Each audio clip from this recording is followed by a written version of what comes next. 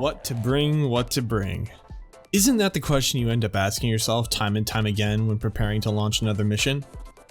With such a wealth of choices available to us, it's only natural that it can get a little daunting to decide what gear to bring with you. What suits this mission type best? How can you mitigate the hazards and anomalies? Can you weather the environment enough to get the job done? What types of wildlife will you encounter? All these questions are relevant to every mission you begin, and learning to answer them quickly can sometimes be the difference between coming back home and joining Carl down in the depths of Hoxie's. This multi-part briefing will go through every layer of the decision-making process of equipping yourself for a mission. Hopefully by the end you can have a solid hierarchy of priorities in mind so you can best prepare for the challenges you face in any biome, mission, or hazard. Let's get started. The first and easiest thing to consider as a miner is whether you'll be going in solo or as a team. Some perks are nearly or absolutely useless in solo, those being Shield Link, Field Medic, See You in Hell, Friendly, and Iron Will to some extent. The only reason I put Iron Will here is because you already have a few assured revives from Bosco, and it's a bit harder to save a mission from a certain defeat on your own, though not impossible. Perks that end up being more attractive are Heightened Senses and Beastmaster. The first is to make up for having only Bosco's sometimes unreliable help to get you out of a bind, and the second because adding Steve can take some heat off you in a fight, and you're the only dwarf, so you might need the help.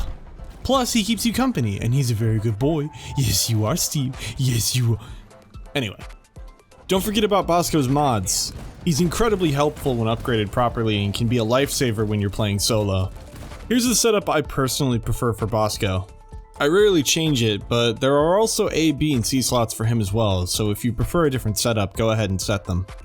I like to set him up for 3 revives to give myself plenty of chances to come back from bad situations. I use Let There Be Light to search for high up minerals, especially when I'm not a scout. Cryo missiles are my go-to for his rockets for their amazing ability to freeze Praetorians, Breeders, Brood Nexuses, Swarmers, and even groups of Mectera. I use overcharged rounds in order to give Bosco the ability to permanently slow targets. This comes in especially handy to slow the advance of a bulk detonator, if you ping it for Bosco to attack. If you use Bosco to his fullest on solo missions, he can be a massive help and sort of make up for not having another player to back you up. Almost. For team play, the choices are pretty much open to all perks, since you can use the support focused ones so long as you actually play as a cohesive unit. One thing to consider is elemental damage though. Be sure to pay attention to the damage types your team is running before you cancel each other's effects out. Remember to plan ahead too. If you go in solo but you have your mission set to open join, you may have teammates soon, which means you can spec for a team mission ahead of time and take full advantage of your colleagues when they arrive. One more thing to remember is that difficulty will scale with each added team member. Individual bugs do more damage, and there will be more bugs spawning when additional miners join your team. This means that missions are their easiest when you're solo, despite it being harder to get things done. A team of 4 miners will be able to handle the increased difficulty when they work together, but a 4 dwarf team that works disjointed and unorganized will essentially be making things harder for themselves with no payoff. Work as a team and stay together. So before anything, we need to talk about weapon builds. There are plenty of builds you can create, and even some specialized for certain missions, but for the purposes of these guides I would be referring to 3 general build types rather than specific weapon setups. This way anyone at any level of progression can follow these guidelines to kit themselves out for whatever Hoxie's 4 throws at them.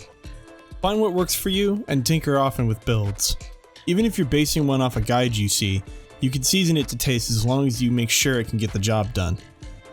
Greenbeards, listen up. Even if you don't have access to high-level upgrades, you can still work towards getting a solid start. I advise any dwarf who has recently been hired to focus on getting their company standard equipment modded out for the first build type I'll be talking about in this guide. Don't worry about overclocks either. These build types deal with mods primarily. Overclocks will just allow you to specialize further when you start acquiring them. After your first promotion, that is. In addition to weapons, get your armor upgrades done ASAP. They'll be immensely helpful to you in terms of survivability. One more thing too, if you aren't already, use your A, B, and C slots in the weapons terminal to preset builds. A bit of time spent getting these slots customized for different build types will save you a lot of time in the long run. I personally use these in such a way that lets me have 6 builds ready-made on each class, which gives me a lot of options to swap to at a moment's notice before a mission. Every one of the builds in my first set of build guides is always available to me this way. The dangers on Hoxie's 4 demand you adapt or die. and versatility is the hallmark of every great miner. Alright, the first one is a general purpose build with decent swarm clear, crowd control, and at least one single target damage option if possible. These will be for typical missions where you're on the move and need versatility above all else.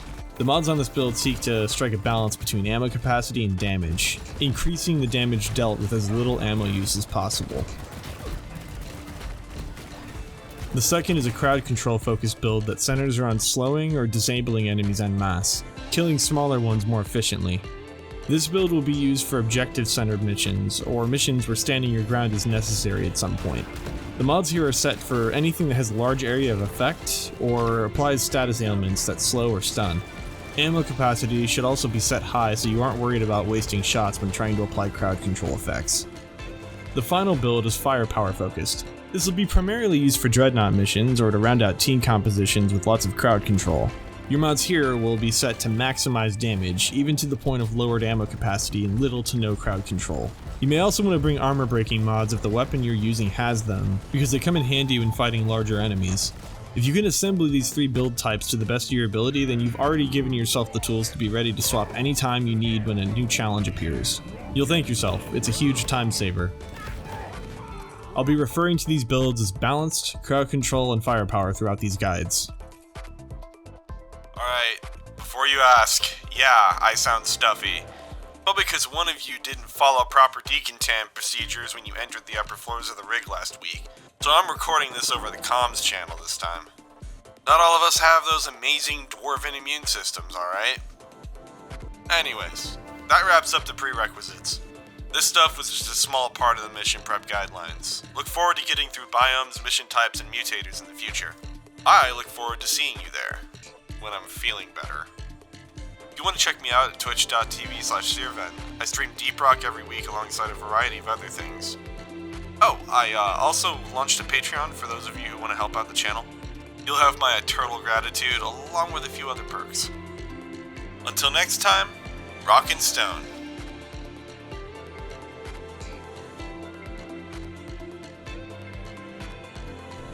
We got more missions and weapon schematics on the way? No, it's good. I barely started getting them up to speed on the current. Oh, yes, I can update my material. I just need, 1 month? Okay, I'll see what I can get done before then. Sure thing. Yeah, thanks for the heads up. Thanks. Bye. Well, I suppose biomes of Hoxies are next. Better get started. Oh, come on! I just poured that coffee! Whose idea was it to put the gravity recalibration controls in the launch bay? I don't get paid enough for this.